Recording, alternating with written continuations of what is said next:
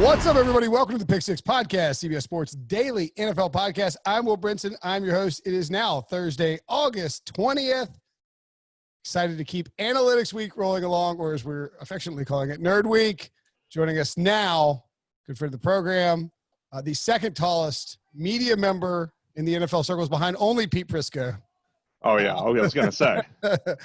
Steve Palazzolo. What's going on, Steve? I didn't know you were calling it Nerd Week. You said it was Analytics Week. See, we don't tell you to get on the show that it's Nerd Week. That's fine. I've been called worse. That works, though. Thank you.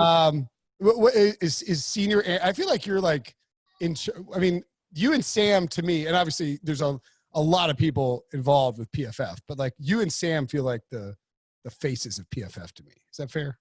Yeah, I think we have been to this point, and senior analyst has been like an all-encompassing role, but I've pretty much Sam and I have both kind of worn every hat here. Hi, buddy. Steve, father of four, and if you want to see what his fantastic kids look like, I'm recording right now. That's your birthday present, so just go stare at the box.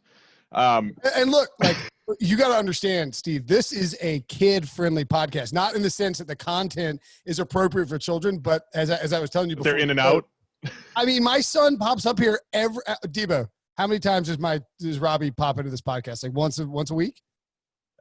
Once a week for Oreos, once a week for iPad. Yeah. So like if his mom is out doing, AK is out doing something, he's coming up here. And I'm like, don't come up here.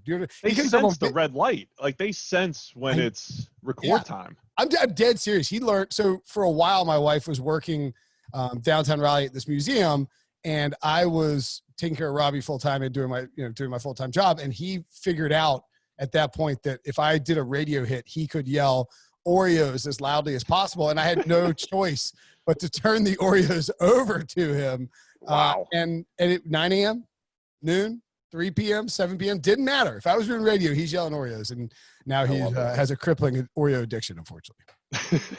Whatever you got to do, man. I mean, I think it's become endearing, to have the kids in and out, It used they're to on be NFL Network all the time and all that stuff, right? I mean, it used to be unprofessional, and now it's like in pandemic, it's like, what a great parent. Yeah, right. What a stand-up guy. Well, I took their playroom used to be my office, and I took it back and made it my office. So it's kind of like it's a shared space. Yeah. So I mean, like people can see again. You can go to youtube.com/pick6 and watch this whole episode, and you have all the go-tos. Like you have the little. I don't even know what they're called. I don't know who makes them, but the chairs with the name stitched on the back. Like you have a Harry back there, and we have the exact same one with like some white outline that says Robbie, and you can tell that your kids like him because they're all bent. Like Robbie piles in his and plays Nintendo, and you have the little standalone trampoline thing. I mean, it's a quintessential playroom. I've had 6 months to fix my quarantine background, and I still have the same one. So I mean, I've had this for like 3 years, and people are like, "Oh, that's a pretty good quarantine background." It's like, no, that's just like my professional one. They're like, "Oh, well, that's not." I love it. We're on the same boat here. Yeah, absolutely. All right, well, let's talk some football. So, sort of a general broad state of analytics in the NFL. You guys at PFF, and I'm not certainly not going to ask you like name the teams you work with because you wouldn't tell me. But all 32. It's all 32. So are you up to all 32 now? Yeah, we've had them for a couple of years now. Yeah. Okay. All right. So you've probably told me this in like passing at an NFL event, but so what is the varying level? Is there like a sliding scale of how involved teams are in NFL analytics? Because it does feel like at a certain point within the last 5 years, I'm guessing every owner or went to their GM and said like, hey, look, everybody's in on this PFF thing. So go do, and I'm guessing that not everybody is as involved as, it's not an equal involvement, right? It's true, right? So it's been actually one of the more fascinating things that I've seen through the years is so like at the combine when we all see each other, that's when we meet with every team, and we have a whole team of guys that are out on the road meeting with these teams all the time. But that's like my opportunity to sit in like 32 meetings and kind of see. There are some teams that roll in with like 15 people and they want to know every last thing that we have and what we're doing and what's the next piece of data that you guys have and how's it being delivered and how can we use it, all that stuff. And then there's another team that might have one guy And he's like, look, I'm trying to make headway with the coaches, and they won't even listen to me. So it is, I think, one of the biggest stories is that some teams have 4 meetings with us at the combine. They're like, I'm going to get the special teams coaches in here. Then we'll have a defensive coaches. Then we'll have the scouts. So it is fascinating to me that every team has different levels of competency and usage and style and all this stuff. It's really 32 differently run organizations. So like when you hear analytics as this broad term, it's just used so many different ways across the league. Do you, I guess this is fine to ask, do you anecdotally, do you see a connection between success on the field and more in-depth analytic usage, or does it not really matter? So I think football is such a unique sport because the quarterback is just so important. Sure. So it's almost like you can have a bad analytically driven team, but if they have a good quarterback, it's like, all right, they have a good quarterback. It makes up for a whole bunch of other ills. So I think it's hard to, correlate it directly, but I think it's clear a team like the Ravens last year, I mean, it's not even a PFF thing. It's just, they do everything. It's not just PFF that's done studies. It's like, the Ravens found an edge in every place where you should have an edge. Okay, right? so let me ask you this about the Ravens specifically, because even Mitchell Schwartz sort of mocked me for this suggestion. And like I said that if you look at all the running backs that the Ravens acquired, they are all very good at running out of shotgun. And that, like J.K. Dobbins was one of the most efficient shotgun runners in college football last year. Mark Ingram, if you break it down, was one of the most efficient shotgun runners with the Saints. Gus Edwards was a very efficient shotgun runner. Justice Hill was one of the most efficient shotgun runners coming out of Oklahoma State. Is that coincidence, or that's analytics, right? Am I crazy? That's analytics. If you utilize, maybe not. I don't know if that's the reasoning there. The whole thing with the run game, and we're in football Twitter. You're going to Mitchell Schwartz me here. Mitchell Schwartz is right. Maybe a little bit. There's the corner of analytics Twitter that says running backs don't matter. If I could interpret that, because that's not I hate using that phrase. I hate because it just doesn't convey the message. It's essentially like, okay, running back's like the 5th most important thing when it comes to the rushing attack.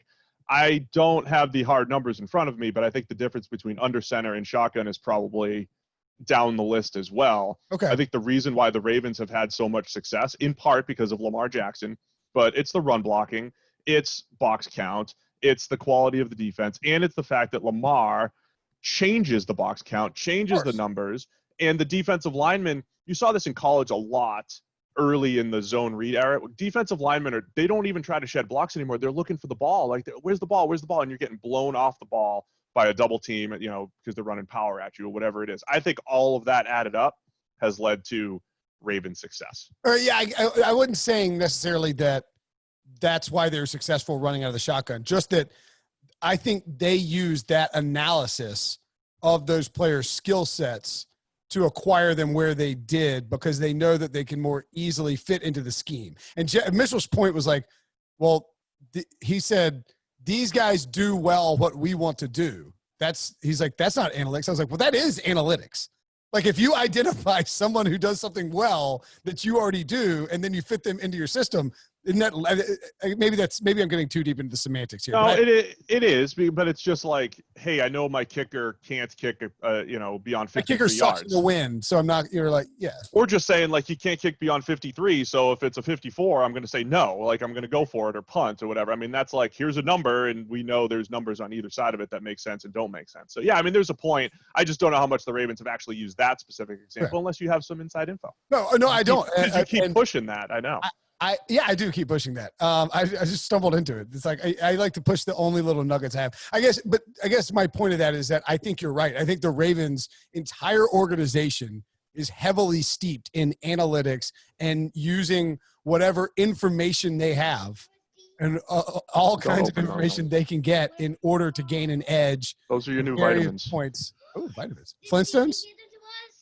They're gummy bites. You got to go downstairs though. Tomorrow, later, we'll open them. New vitamins in town. Can you shut the door on the way down? Thanks. You're showing a tremendous amount of patience, by the way. Like, I'd be like, doing my best. Out of here. What areas of growth have you seen from teams in terms of usage of analytics over the last year, and what are you sort of expecting in the future? I know that's extremely broad, but I don't know if there's some good examples you might have. Yeah, again, I think everybody, because we live in this social media world. I think everybody, when they use analytics, they have something in mind. And a lot of times it's like, well, fourth down decisions, that's analytics, and of course it's all a piece of a bigger puzzle. I think the fourth down decisions, you're seeing more of that. There's way more teams plugged in to that decision making process, and fewer teams going off a field. Remember when Bill Belichick went for it on 4th and 2? Pete Prisco calls it 09. Yeah. Yeah, 09. He goes at 4th and jackass. Remember when I made that great thing? It's like, Pete, that wasn't funny then. It's not funny now. Stop saying it. But like when he did that, it was a huge thing, and people freaked out for weeks about it. Now it would be like, he went for it, didn't get it. What are you gonna do? I mean, it's become very commonplace. Before, I'm not like the numbers nerd at PFF, right? But there's people that are smarter than me from a number standpoint, and then but I think even just like that play back in 2009, it intuitively just made sense to me. It was like, okay, it's 4th and 2. You literally have one play 2 yards away from winning the game. The game's over if you hit this one play, versus you don't get it, and then a whole bunch of other stuff has to happen. Granted, it's Peyton Manning and whatever, but like a whole bunch of other stuff has to happen for you to lose. It just made a lot of sense to me. And I think the change is like coaches always thinking about the worst case scenario, right? It's like, if I don't get it, or if I don't make this 4th and 3, then what happens? Instead of saying, when I make this 4th and 3, here's how it changes things, right? And your Pete is always like, gotta kick it, he cannot type it in fast enough. Always take the points, right, Pete? But like that mentality, and I'm not saying Pete's always wrong. He's probably wrong like 80% of the time when he says that. That, Eva. But that mentality is take the points because you're going to get the 3, but you're not even thinking about, okay, if you don't get it and you come away with 0 points, the other team has to drive 93 yards or whatever it might be. And the chances are that you're going to stop them somewhere along the line, and you're going to be back in field goal range pretty quickly. Like, so it's taking this like a long-term approach to the game rather than this like right in the moment, take that 3 points because it feels good. And it's taking like a longer approach and letting the numbers kind of dictate things. And for years, and it's still true even now, because people like Pete are going to do it. If a coach takes 3 points and gets the field goal, no one's going to blame him. If you go for it and miss it, you're going to get yelled at. And there's going to be some decent praise for being a little aggressive and ballsy if you go for it and get the touch. So it's like coaches are just inherently conservative, and they don't want to get fired. And people get fired very quickly and without, there's not much time in the NFL. So going for it is obviously just it's not a greater risk, but like the downside is that a bunch of media members are going to write stories that call you an idiot for not taking the points. Yeah, I think I had a joke tweet a couple of years ago where I was like, some coach is going to get up there sometime and just like speak analytically, but like in common sense. Like, of course I went for it on 4th down. My win probability went up. And of course I, passed the ball 26 times to start the game because it's more efficient for winning. Like, somebody's going to get up there and do that at some point. And those are like easy answers, right? It's not going by the book. I don't think is safer, because if you're using win probability, then it's actually not safer, right? Like Pete Carroll had that last year. Like, we're going to take the safe field goal. It's like, how is it safe kicking a 50-yard field goal instead of trusting Russell Wilson to pass for 1 yard, right? Like, how is that even safer?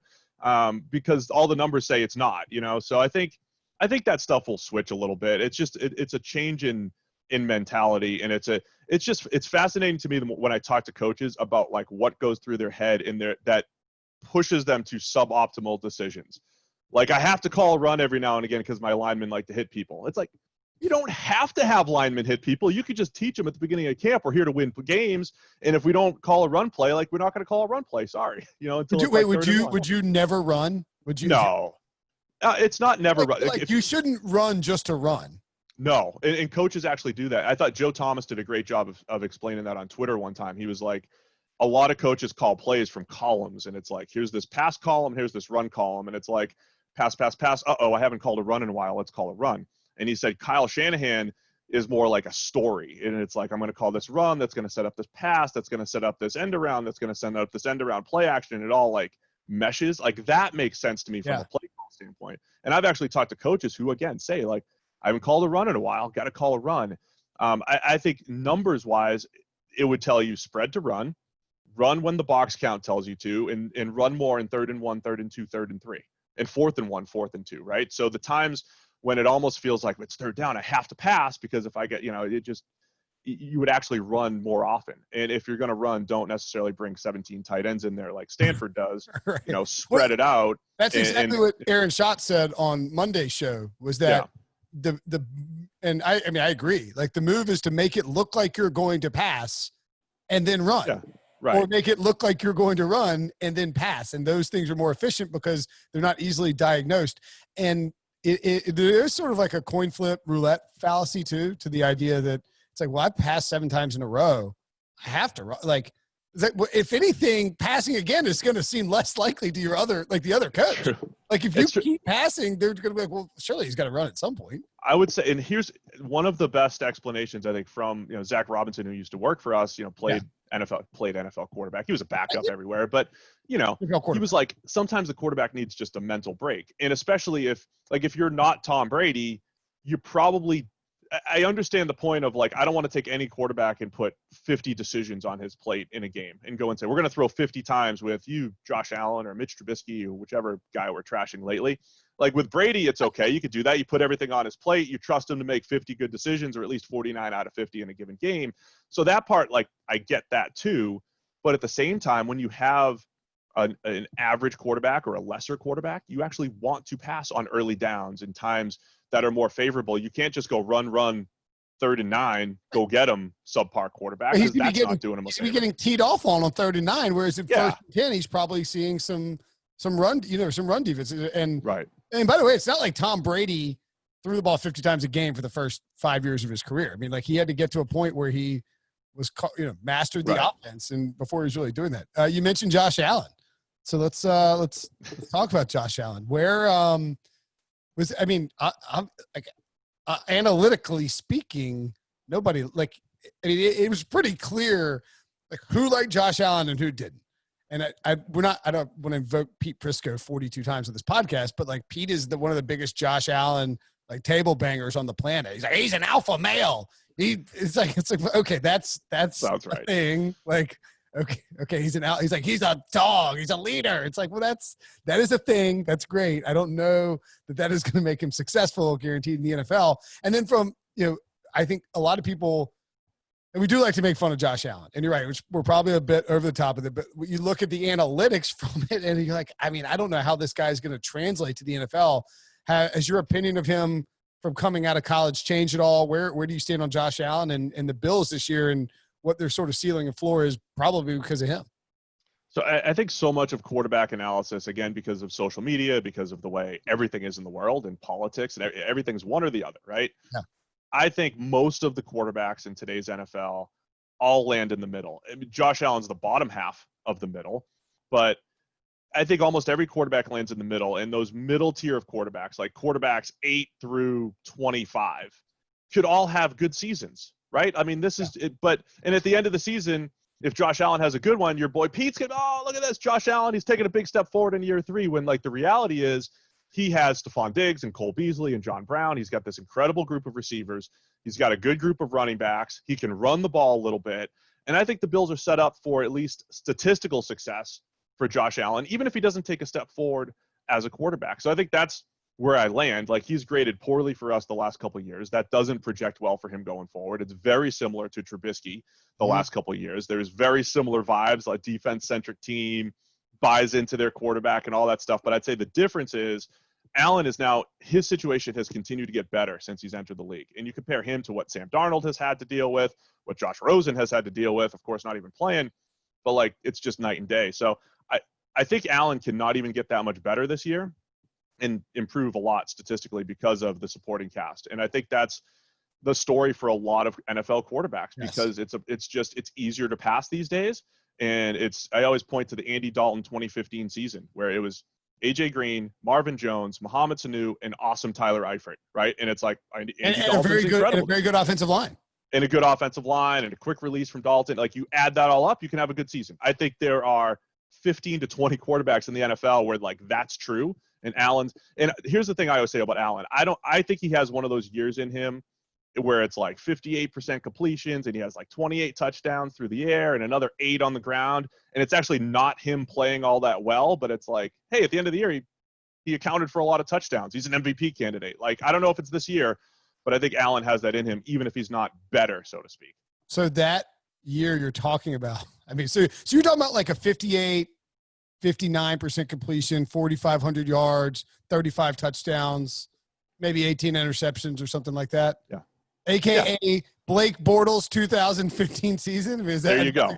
I mean, but not all in garbage time, like Bortles right, in 2015, but not all in garbage time.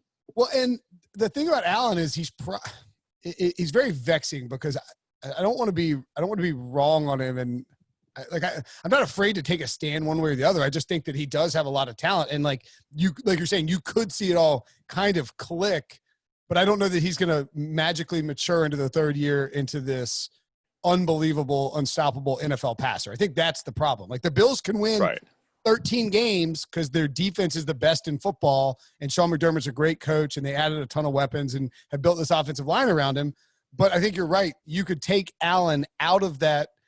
So like, what is it's like war, or like, is it war? It's war in baseball. Yeah. Like wins above replacement. Like, and you guys did a war stat. Cause Sam and I talked about war last year on the, so where does Josh Allen rank out in war? I mean, it's essentially based off our grading and some level of volume. He was near the bottom last year. Right. Let me ask you this. Do the Bills win less games in 2020 if Mitchell Trubisky is their quarterback instead of Josh Allen?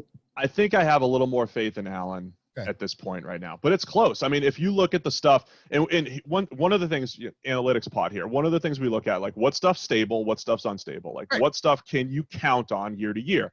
Josh Allen and Mitchell Trubisky, one of the most stable numbers for us is just in our play-by-play grading, it's negatively graded throws.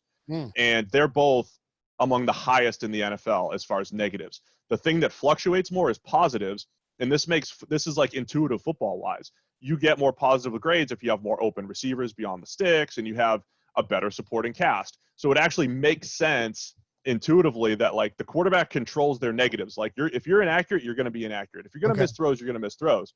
But you can scheme up the positives, and that's where I think Allen can have a big year because there should be more opportunities because of the supporting cast. Okay, no, that's kind of, and that I think is important too, because football is so many moving parts, right? That factor into what a quarterback can do. Like like Andy Dalton.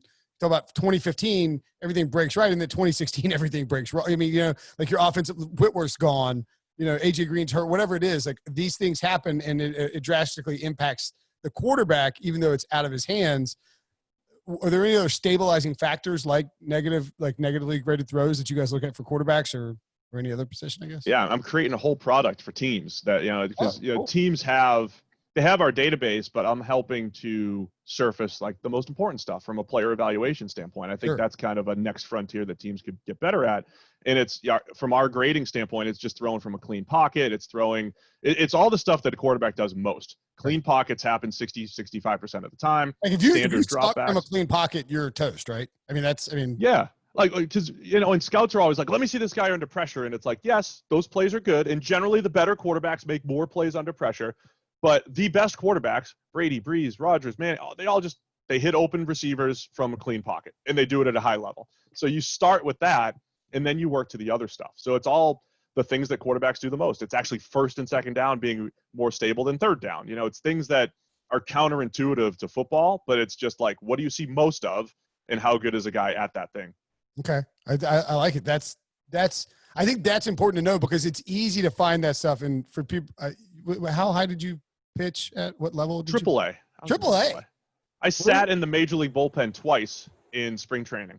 Who were you with in Major Leagues? Giants, Brewers, and Mariners. Yeah. Man. So wait, where'd you play Triple A then? I was with the Giants in Fresno, and I was with the Mariners in Tacoma. Oh, those are fun spots. Triple A. Yeah, it was good. Yeah. About a year and a half. They're contracting minor league baseball. Why are they doing that? Baseball. So sad. I never would have had a shot. I was undrafted. I came out of independent ball. Like I never would have had a shot. Right. And they're all doing it for like greed. I mean, what are you doing? Like, they want college baseball to become like college football. Like what it's not happening, guys. Like your union like jammed you in the 70s. It's over. Like just pay for the minor leagues already. You're all rich. there's 6 levels of minor league baseball, and honestly, so many prospects like need, not that they don't have to hit every 6, but they need to at least hit 3 or 4, and it really does get more difficult along the way. It's just such a unique sport compared to football, where like everybody goes from college right to the NFL. Like you don't see that as much in baseball, and I think like there's an ugly brand of baseball being played when too many young guys are out there. Who I don't know why I'm turning this into it's like, what are you doing? I'm just multifaceted over here. Well, who is the best minor league player that you ever played with? Buster Posey, Madison Bumgarner. Yeah, Buster was my catcher in AAA. And was he really? Yeah, that's pretty good. I always joke I threw like 16 straight scoreless innings or something with Posey back there in AAA, and then they put the backup in right in the middle, and I gave up like 5. And I'm like, it's just me and Buster had a good rapport as like the middle reliever. When Posey got called up, you're like, I should really go with right, like me and him. It's just 16 straight scoreless. In case you didn't know, ignore my 5 ERA here in AAA. Who's taller, you or Bumgarner? Oh, definitely me. He's not that big. He's not that tall. I thought he was. He's like 6'5". He's from Hickory, North Carolina. Yes. Yes, he was. I was there for his first day of professional baseball. We were in instructional league in 2007. There was a rumor going around that he was like ready to go home. Like he was. Yeah. He was 10th overall pick, and he was like, "How much money do I have to give back to just go back to Hickory? To go back home?" I mean, he like lives on a farm. He lives on a cow farm in Hickory in the offseason, I think. Oh, that's right. And then when he was like the fake, rodeo dude. I mean, not surprised. Have you heard the Vin Scully story where Vin tells it he's using that he's like, and then Madison ran into a rattlesnake in the desert and stabbed it with a cowboy boot. And not surprised. First and third, no matter, just right back into it. Vin's the best. I love it. Yeah, he is. Yeah, he really is. He do a whole baseball podcast. I know. Well, we do tangents on this podcast. It's just sort of how it works. Perfect. All right, let's take a break. When we come back, we will tell you whether or not Sean McVay can fix the Rams offense next year. So the Rams are probably getting a bad rap because they won 9 games. It would have been in the playoffs with the new system, but people are sort of treating them like they're the worst team in the NFC West. I'm not sure where you fall on that, but I am curious what you think caused the offensive drop-off for Los Angeles last year. Was it Jared Goff taking a step back? Was it Todd Gurley being forced on the field? Or was it just a lack of offensive line? Or was it maybe something with the scheme? It was the O-line. And I do think that the scheme has struggled to adjust. We saw that late in 2018. The Bears, the Patriots, the Lions, all these teams played a little more quarters. They played that 6-1 front and all these different things that just kind of thwarted the Rams' attack. I don't think they've adjusted that well. But all that said, like the offensive line ranked 31st in our final rankings last year after being top 10. I mean, there were some bad offensive lines last year, and we ranked them lower than the Chargers, than the Bengals, than everybody but the Dolphins. And it just didn't make any sense. Andrew Whitworth is still good at left tackle, but like Rob Havenstein went from one of the better right tackles in the league to one of the worst. The entire interior was a mess. Like it really started there. And again, when I talk about the quarterbacks who just, you give them the ecosystem, you give them the supporting cast, they'll be fine. Like Jared Goff epitomizes that, right? Like all these Kirk Cousins too. Cousins epitomizes that. Derek Carr. All these. Derek Carr. Yeah. I think Carson Wentz and Dak Prescott still are in that boat. I mean, if you look at the last decade of NFL football, there's a pretty clear top 8 to 10 quarterbacks. You've got your top elites, and then like the tier 2s like Big Ben, and I think Russell Wilson until recently. I think Andrew Luck, Phillip Rivers. But like, it's fair to say that Dak and Wentz and Goff and all these guys are in that next tier, and just they need things to be good around them. And their careers have fluctuated based off what's happened. And I think that's where Goff is and where the Rams are. They do need to figure something out schematically, because I don't think McVay, not Todd McShay, I don't think McVay has adjusted quickly enough to things that are like right in front of his face, which is just having some too high beaters and various things like that. Well, and it felt like he tried to do this thing with the tight ends where he wanted to have more 12 personnel out there with Everett and how am I forgetting his name? Higbee. Tyler Higbee. Yep. But then it also kind of hurt them because they were taking Cooper Kupp off the field, and they didn't, and it didn't ultimately matter quite as much because the run game wasn't going, and it was predicated on play action, and everybody had seen what the Patriots did in the Super Bowl, and it just felt like he got thwarted in 60 minutes. Bill Belichick just completely derailed that offense. And can he get it back, or is it just as simple as the offensive line has to be better? I think there's both. I mean, the offensive line has to get it back, and McVay needs to show that he can adjust a little bit more. The Belichick thing was fascinating because McVay was essentially like, I can't believe they played quarters. And it was like, I remember previewing the game thinking like, this offense completely changed in week 14 when the Bears played like this, and then the Lions played like this, and the Lions have Matt Patricia. The Patriots have Bill Belichick. Like, obviously they're going to talk, right? I mean, I wasn't surprised by the Super Bowl. He's going to watch the damn game. Right. I mean, and Belichick is not shy of, doing something different, right? And to be honest, the Patriots didn't even do it that well. The Rams just didn't have answers. Like, the Patriots don't play quarters, and they busted coverage twice, and Goff was too slow to get there, and it was partially Goff, and it's partially the scheme. All that said, like, McVay's got some work to do, I think, to adjust to that. Like, he's got this perfect offense that beats cover 3, that beats cover 1, that beats Seattle scheme and the Niners scheme and all that stuff. And I also think that they let teams dictate the action too much to them. Like, they had the Niners game down the stretch last year. I think it was the Saturday game. It was all bootlegs and screens. And I was like, they didn't have it was like they were so afraid of the Niners defensive line that they were like, we have to move the pocket. We got to run screens. And it was fine, but it's like, you're letting teams dictate the action instead of you dictating to them. And I think that's what needs to change. And everybody on, like, you could even, like, half of Twitter was like, all they're doing is doing screens and bootlegs. That's the only answer they have. Like, Kyle Shanahan and Robert Saleh are going to figure that, like, they're not going to not adjust to it. At some point you just sort of, you flare out. It was just fascinating. It was fascinating to me. Okay. It also shows, by the way, like, you go from genius to like, can't figure out the NFL. Again, in our Twitter world, it's like, well, let's not label everybody a genius overnight. I'm guilty as charged as well. Like, part of being a genius. The Cardinals hired Cliff Kingsbury and wrote friend of Sean McVay's. And I'm not suggesting that Cliff Kingsbury doesn't know what he's doing, but, like, that's how peak McVay stuff was. Like, I mean, it was just, you had to hire, it was sort of like the analytics thing we talk about. Like, teams are like, it's like, go hire somebody who worked with Sean McVay. I don't care if it's like white, like if he's like his get back guy, go get him. I mean, I talked to him out at dinner at the Combine. I threw it on my resume too. Like, hey, talk to Sean, right? I talked to Sean at the Combine. So we had a guy named Bleep on our podcast. We're not saying Sean Wagner McGough's name. Sorry, that's a bit. Okay, so we mentioned the 49ers, and we talk about tight ends too. I'm curious what you think about, from a value perspective, how tight ends rate out, because we did these podcasts talking about Kittle's contract and Kelce's contract, and sort of just the analysis of it, looking at it, it's like, man, like, Kittle broke the market. But I mean, he makes like Jarvis Landry money. Should elite tight ends, guys who can impact the game as blockers in the run game and as great receivers in the pass game, are these $20 million guys? I mean, are they being shorted in the market, do you think? Yeah, I mean, I don't know what the numbers say specifically. My intuition though is if you have a Kittle or a Kelce or a Gronk, like, pay those dudes. Like, if they're making the same amount as Jarvis Landry, as you said, no knock on Jarvis Landry. Everybody likes to knock Jarvis, but he's another guy we pick on for some reason. Yeah, I guess it's fair. There are some games that he looks bad, and other games. And like in Miami, he was like setting records for catches, and he wouldn't even not going anywhere and everything. Yeah. But nobody, he had like 125 catches and 895 yards. It's right. That's the point. It was pretty hilarious. Yeah, scheme though. That's scheme too. I mean, I think the elite tight end makes a huge difference. I ranked all the NFL tight ends a few weeks ago, and it was painful. I mean, the Panthers, man. Like, some of the tight end duos that are being trotted out there in the NFL today are painful. Like, the Patriots had 4 tight ends running like 5.4s last year. Like, it's just ugly. And if you have that special one, to me, it's an absolute game changer. I mean, when you throw to tight ends, it's more efficient. When you have a Kelce he's a wide receiver, that's a mismatch weapon. When you have a Kittle, that's a mismatch weapon because of the run pass ability.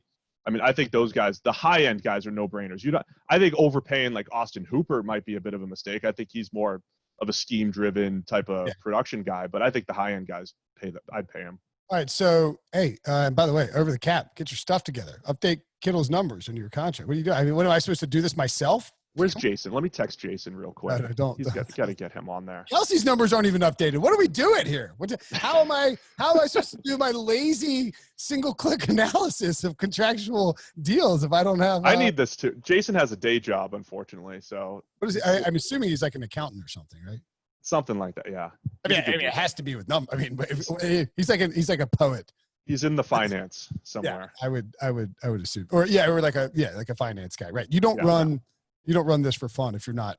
You don't run an NFL finance site for fun unless you're also in finance. So, but Landry's at 15.1 million. Thielen's at 16.2. Devontae Adams underpaid at 14.5. Stephon Diggs 14.4. Allen Robinson 14. T.Y. Hilton 13. I mean, Brandon Cooks is 16.2. And then above him are Evans, Odell, Tyreek, A.J. Green, Thomas, Cooper, and Jones, like Julio. So, I mean, I'm not saying that George Kittle is as valuable as Julio Jones, but I think for the 49ers, and I think this is why they didn't flinch at paying him, like shattering the market for tight ends, he's one of the reasons that Kyle Shanahan can do what Kyle Shanahan does when you talk about building the story and execute. Yeah. You have you can do a run to the left that then sets up a play action bootleg to the right where Kittle leaks out, and all of a sudden he's just running like a freaking buffalo in the open field. I agree. I mean, I look at offenses, and it's just like, I think it's easier than ever to pass the ball, but you have to attack with 3 and 4 and 5 playmakers. I mean, I think you just get as many unique covers, people that are difficult to cover as possible, right? Whether it's a tight end or a slot receiver or a contested catch guy, whatever it might be. So if you have a guy that's a receiving weapon, no matter what it is, I think they're all of somewhat, equal value in the range, and you just lock them up and make life difficult on defenses. That's how you do it.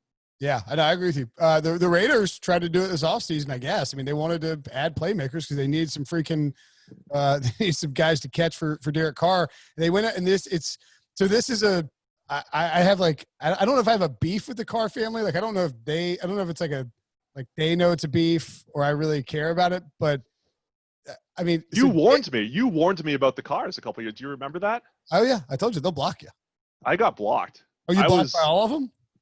I think does Darren run all the accounts? Is that what it is? I think he does. He has to. He at the very least has like TweetDeck columns open with like search for Derek Carr. And can I tell that story quickly? What happened? Absolutely. I mean, so one of my things I try to do at PFF, because people don't always understand everything we do, like how did this grade come about, whatever. Like I try to explain to people and say, here's why this guy graded well or graded poorly. Like here are the hidden things that you haven't seen. And Derek Carr's in the middle of like a 10-game hasn't been intercepted streak. Right. And so I put 3 plays out there that were trying to show like, hey, everybody's talking about he hasn't thrown a pick and 300 passes, but like for us, he's had 3 like of our worst graded passes, -2s that all got dropped. Like I'm talking like right at a linebacker dropped, right at a safety dropped during this streak. And it's like, who cares about the streak? Like he's throwing the ball right to linebackers. He's getting lucky. So I just put the 3 passes out there, and I'm like, hey, this is what we do at PFF and all that stuff. And in fact, I DM'd you after you posted. Yeah, like, I guarantee. So watch out. Yeah. Then he SpongeBobbed me. He did SpongeBob text at me.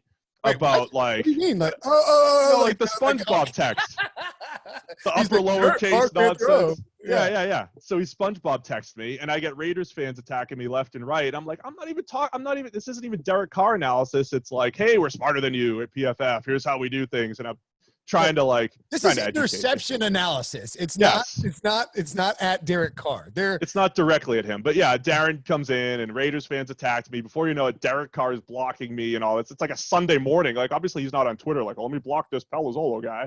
Yeah, that's right. That's right. Yeah, it's like you think Derek Carr. So I ran actually a Panthers blog back in like the early 2000s. And I'm wearing a Panthers shirt right now.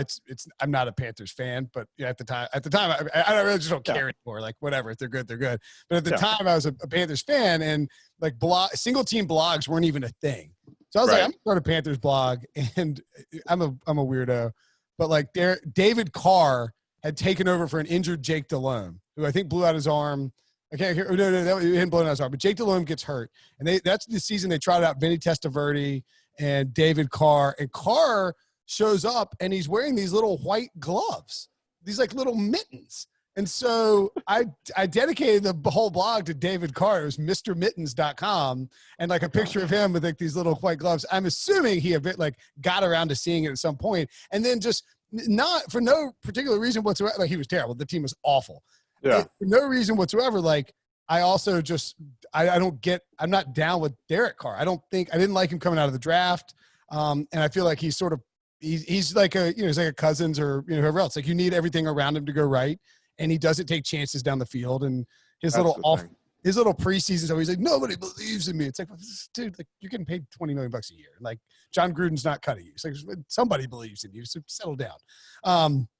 But they like Derek Carr. I know he threw that. He turfed that ball on the 4th and 15. Yes. Screenplay last year. Right. And I tweeted out, I was like, ew, like, you know, you got to give it a chance. And like Derek Carr, like, is tagging like CBS, or David Carr's tagging, quote tweeting and tagging CBS Sports and be like, this guy doesn't know what he's talking about. Like, he thinks it's a, you know, there's nobody open, it's a screen. I was like, I don't care. I don't care if every dude is lying down holding his hamstring. Like, it's fourth down. Do something. Like, dude, throw it in the air. I mean, do something. And that's sort of, I think that's where the beef is circulated. I'm blocked by them all. I guess this is a circuitous way of saying, do you believe that the Raiders will be good? And that, do you think the addition, like, I don't get the addition of Henry Ruggs unless they're just going to maximize him around the line of scrimmage and hope and let him take it deep. Maybe that works. They don't have a quarterback to stretch the field. So what does Ruggs do for you? So, yeah, I'm all over the place with Carr. There was a point in 2015 and 16, he looked like the next top 10 quarterback. You know, throw this out there, the top 10, whatever that is, right? He looked like that next guy, and I thought him and Amari Cooper had this really good rapport, and that, you know, he could throw like Carr can make every throw, and I know that's generic scout speak, but he literally can throw the ball down the field extremely well. Like when Alex Smith was super conservative, you were like, do you really want Alex Smith throwing the ball down the field? And actually, he proved that he could do it too when he, you know, unleashed in 2017. It's more mental than physical. It's not physical. It's a mental thing. And here's the comparison I'll make with Carr, right? Matthew Stafford, before last season, was right in Carr's territory as far as like low average depth of target. Like Derek Carr had the lowest average depth of target in the league last year. Stafford had been bottom 5 for a couple of years. Stafford has a cannon. Like, you want him unleashed. Last year, Stafford increased his average depth of target by 4 yards per attempt. Like, he went from 6.5 to like 10.5, which is absurd. Yeah. And he was incredible until he got hurt. Carr he's not Stafford's arm talent, but like, he has that in him. Like, if Carr just decided to be aggressive, and I guess my issue is like, you're down 26-3 against the Jets and you're still checking down. It's the situational awareness. It's that, you know, Brady gets, dink and dunk Brady. You know, people say that about him, but like Brady, when he needs to throw the ball down the field, does it, and he knows how to adjust to the game situation, and he's good at it. Like Peyton always, like the best quarterbacks have that. Carr, and Sam Monson always makes this point for us on our podcast, like Carr and Cousins, you've already lumped them together. They're missing something from like an instincts point of view. Yes. And that leads to 4th down throwaways, and Kirk Cousins taking a knee when he was supposed to spike it and he pressed the wrong button and Madden, right? Like, those things seem to happen with those guys a little bit more. Carr had that terrible pick with no pressure where he just panicked and threw it up a couple of years ago against the Rams. Like, far too many of those. But like, awful too. It was awful. It makes you terrible out on a quarterback too when you do that. Like, it's like wrong button Madden plays. I think we'll say that, like Carr and Cousins, like they have those. But Carr has the ability to go down the field, and maybe having a Ruggs to stretch the field, it's just to kind of like induce him to do that a little bit more. I did think CeeDee Lamb would have been the guy though. Like, CeeDee Lamb felt like the guy that he could go on the outside. They can work the back shoulder game. Carr has great touch. He's a monster. Like, you get in the open field and he's taking off. I was surprised they didn't go with CeeDee Lamb there. But if all Carr does is just like stop checking down and just attack down the field, like, he's capable of putting it together a big year. My concern is the rest of the playmakers with the Raiders. Just having Ruggs doesn't completely change the mix over there. They're still like a bottom 8 to 10 group of playmakers, you know? Do you think there's a chance that like Carr and like, I could definitely see this being the case with Carr, and I don't want to belabor beating up on Carr. Like, we're going to get a bunch of reviews on Apple. He's a tier 3 for me. He's a tier 3 quarterback, the same as Cam, I think, the same as Matthew Stafford, the same as a whole bunch of other guys. Are you putting him with Stafford? I think what's Stafford's that? tier 2. I think Stafford's tier 2. Tier 2 for me is high. I mean, I just think it's like a high. So it's tier a high 1 bar. is like Mahomes and right now the way I did it was Mahomes? just Mahomes and Wilson. But I think you know, the last 10 years it's Brady, Breeze, Rodgers, and Peyton. You know, like, were the guys that were there. And I think tier 2 has been Rivers for the most part, Big Ben, Russell Wilson, Andrew Luck, Matt Ryan. I think all those guys have been in that group. And the next tier is so you got Stafford like at the top of like tier 3, and Stafford and Cam were close to the top of tier 3, I think. Safe. Well, I wonder with Carr if it's like almost, if I throw these picks, if I take these chances down the field, my interceptions are going to go up, and I'll be criticized. You know what I mean? Like, yeah, like him and Cousins think like if we can't have interceptions. People, it's like nobody cares about their deep interceptions anymore.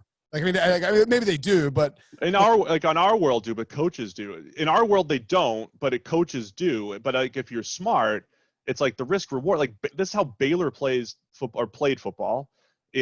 In college, it's like, I'm just going to chuck it deep 4 times. And if you go 1 for 4, like, you gained 40 yards. You know what I mean? Like, just be more aggressive, and good things will happen over time, even if it looks ugly. Right. Because if you gain 40 yards on 4 attempts, that's good. Still averaging 10 yards per play. Yes. Like, yeah. Okay. So what else did I have? I missed. Oh, I know what it was. You also do a ton of draft. You do a ton of draft work, right? Yeah. I've passed off some of it, but still. Oh, and you know what? I'm terrible. I will record something. I forgot to promote you guys right now. You can get a discount at PFF. If you don't have PFF, what the hell are you doing? If you like football, what is it? I think is the code college. You get 25% off the draft. We got CFB 25. Okay. We've unleashed our college grades for the first time ever. Oh, cool. So all of our college grading, which has been under wraps for the last 6 years, is actually unleashed. You can have that. CFB. Have you seen a big flood of people coming to check it out? I assume so. Yeah, we have. I mean, it's pandemic time, so I think all purchases are down in general. But yeah. I mean, all. I think it'll be cranked back up there. We'll see what happens in college football. Yeah. I think so. But it's exciting. Yeah, people can check out Elite, Edge, whatever level you PFF you want to do. I mean, you recommend it. You guys have the green line stuff where you can. What's better, the green line for college or the green line for the pros? But it has to be college, right? I think our college stuff, because nobody has the database that we have for that. I think there's a lot of NFL people doing picks and all that stuff, and like we're in a good range there. But like college is kind of like the edge that we bring. Plus, there's quadruple the games usually. If anybody says they have like an edge in the NFL, just in terms of like picking games against the spread, they're full of it. Like you just don't. Like you just don't. No, I'm not saying like I'm saying like no matter what, like it's just impossible to beat Vegas. Of course. On a regular basis. But college, there's certainly some exploitable stuff. So what do you think will happen with? And you have to leave this caveat. We're recording this on Wednesday, August 19th, the afternoon. College football completely canceled by the time like this is published on Thursday morning. But how do you think teams are going to focus their evaluation? Will they lean more on analytics? Because I mean, like if the Big Ten doesn't play, you have film of Justin Fields, but it's old film, and it's still him. But you don't have as complete a picture. How do you think this pandemic will change what teams do for the draft? Yeah, I think it is. I think they're going to focus more on the off-field stuff because you have like a smaller sample size, and I like to listen. I know other people listen to like every post-draft press conference, and I listen to some. It's interesting, but every single coach this year and GM was like, "We got football guys. You got to have people that love football because." We didn't get to see them and we didn't get to do this. So we got to get guys that love football. I think they're going to lean on this, on the touchy-feely stuff over the. They might shy away from analytics and be like, hey, we just need. Honestly, they might. Now, guys. If they were smart, I think they'd lean on us even more. But analytics are less powerful with smaller sample sizes. So you have a guy like Miami's 6'7" Gregory Rousseau, who should have had a breakout year this year. Like he should be out there having a breakout season. Last year, by our numbers, he was good, not great. He was like the prime candidate to kind of like justify first round status, but he doesn't have that 600, 700, 800 snaps to like prove it. Right. But NFL teams are going to look at it and almost be like, well, he's got the tools. He was already pretty productive. They're going to pretend that he had the 2020 that they thought he might. That's what I think. But like, if you just went by the numbers, you'd say, okay, it doesn't look great, but he probably would have had a breakout year into 2020. Therefore, we're going to go by his tools. So I think it's going to be a combination of like tools guys with quote unquote high upside, and then just like the interview process. And if there's a Senior Bowl, like focusing on that, like focusing on a lot of the touchy feely and the interviews and football guys and all that kind of thing. Okay. Last one, over under Tua Tagovailoa, 8.5 starts. Ooh, I'll say over. Okay. I think they want to figure out what he is. It's fascinating though. The AFC East might be wide open, and Fitz has played the best football of his career the last 2 years. It's crazy, man. He really has. The bearded football zombie. It's nuts. And actually, you know what? I have one more question for you because I saw and follow at PFF on Twitter if you don't already do that. I mean, seriously, what are you doing? But Sam Monson has been doing these little like it's like I think it's podcast clips that he's then he's doing like a voiceover and say talking about it. But he's like, don't sleep on Dwayne Haskins. What does what do the grades say about Haskins relative to like Daniel Jones and Kyler Murray? So we discussed this on the pod the other day. He's a little bit higher on Haskins than me. Sure. I would say his final grade was actually comparable to Daniel Jones, but it was like the construction of the grade was completely different. Now we talk about positives and negatives and all that stuff. Like Daniel Jones had a ton of positives. And he also had some of those high-end games where Giants fans were going nuts, right? Hey, he had 4 touchdowns and 5 touchdowns. Games. Yeah. He had those great games, but he also had 10 fumbles. Like he had twice as many. Like he had. I actually don't know what his actual fumbles are because I go by like our numbers. He had 10 fumbles that we like really lowly downgraded, right? Really? And that was twice as many turnover-worthy plays as Dwayne Haskins even had, the entire season when he played.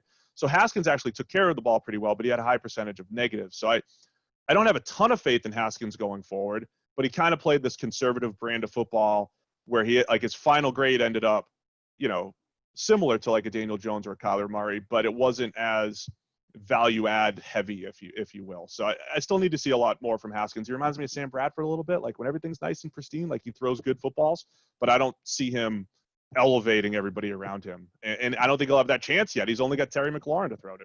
18 fumbles for Daniel Jones. 18 actual fumbles, and by our numbers, because you know how like you get a fumble for like dropping a snap or like a bad handoff. 10 of them by our numbers were like, that's horrendous. That's like Jamal Adams took one out of his hand. That was a lunch, like you got beat up in the middle of the cafeteria type of fumble, right? And the other thing we focus on a lot too is like the quarterback's role in pass protection and all that stuff. Like Jones held the ball way too long last year. Giants fans think their O-line was a disaster. They weren't great, but they were like middle of the pack-ish. They weren't as bad as maybe it felt. The Deshaun Watson factor. Oh, absolutely. Yeah, definitely. And Deshaun Watson absolutely makes it. Russell Wilson.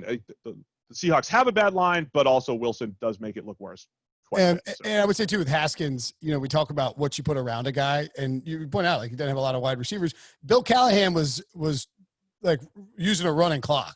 He's like, I'm out of here after this year. Like, let's get this puppy moving. I mean, 3 hour, 45-minute games. They ran like 35 plays against the Niners. It was like something ridiculous, right? In the rain. Like, how can you know what you just can't know what you have? That's why I think it's crazy when people talk about Alex Smith or even like Kyle Allen. Like, they got to give Haskins 16 games. You got to find out what you have. And you do.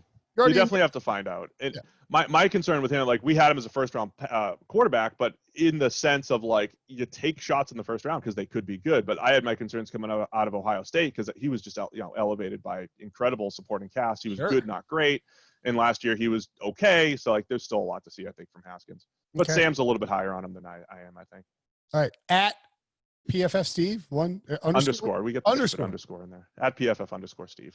That's fine. You can follow him on Twitter. Great follow. Great podcast. Great website. Obviously, go read profootballfocus.com. There's a good story about you guys like buying PFF.com too, right? I don't know if you probably can't tell it, but I saw it. No, I mean we bought PFF.com. It was like a big.